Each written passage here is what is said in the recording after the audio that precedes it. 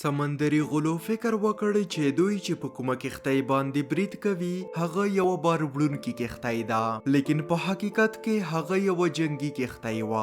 د 2012 کال د جنورۍ د اولې خبره ده چې د پاټینو په نوم یوې اسپانوي جنگي کښتۍ د سومالیا په سمندر کې د یوې کارګو کښتۍ امنیت او حفاظت کاوه.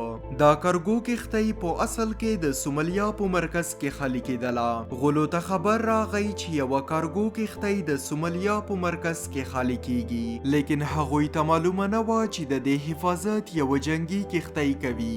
شپږو غلو په کښتۍ باندې د شا له خوا حمله وکړه، لیکن کله چې پاټینو په درندو وسلو سره ځوابي حمله وکړه نو دوی پوه شول چې دا یوازې یوه کارګو کښتۍ نه ده.